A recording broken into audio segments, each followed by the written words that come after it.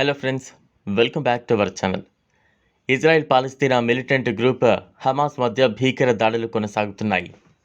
భూతల దాడులను ఉధృతం చేయడంపై ఇజ్రాయెల్ రక్షణ దళం ఆదివారం విస్పష్ట సంకేతాలు పంపింది. అత్యంత శక్తివంతమైన బలగాలతో హమాస్కు ధీటుగా బదులిచ్చేందుకు సన్నద్ధంగా ఉన్నామని పేర్కొంది. ఉగ్ర సంస్థ హమాస్పై తమ యుద్ధం గాజా ప్రజలకు వ్యతిరేకం కాదని ఐడిఎఫ్ స్పష్టం చేసింది. ప్రపంచంలో ఉగ్రవాదానికి చోటు లేదని ఐడిఎఫ్ ట్విట్టర్ వేదికగా పేర్కొంది.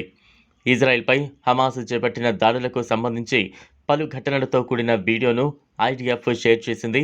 మాకు హమాస్ ఎలాంటి అవకాశాలను ఇవ్వలేదు.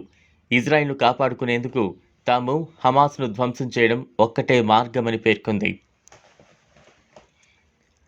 ఉత్తర గాజా స్ట్రిప్లోని ప్రజలంతా ఎవాక్యువేషన్ కారిడార్ల ద్వారా దక్షిణ ప్రాంతానికి చేరుకోవాలని పిలుపునిచ్చింది. ఇజ్రాయెల్ హమాస్ యుద్ధంలో భద్రతా దృష్ట్యా వీరంతా సురక్షిత ప్రాంతాలకు చేరుకోవాలని ఐడిఎఫ్ అంతర్జాతీయ ప్రతినిధి లెఫ్టినెంట్ కల్నర్ రిచర్డ్ హెక్టర్ వీడియో సందేశంలో పిలుపు ఇచ్చారు.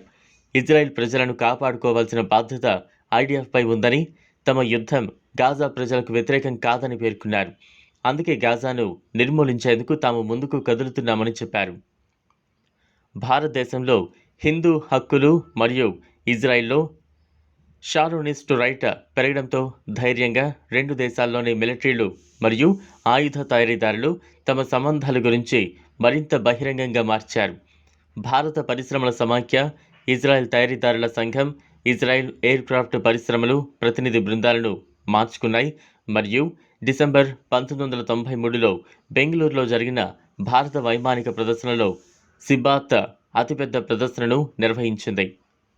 రష్యన్లు పాత సోవియట్ ఆయుధాలను పునరుద్ధరించలేకపోవడంతో భారతీయులు ఈ ప్రాంతంలో ఇజ్రాయెల్ నైపుణ్యం వైపు మొగ్గు చూపారు.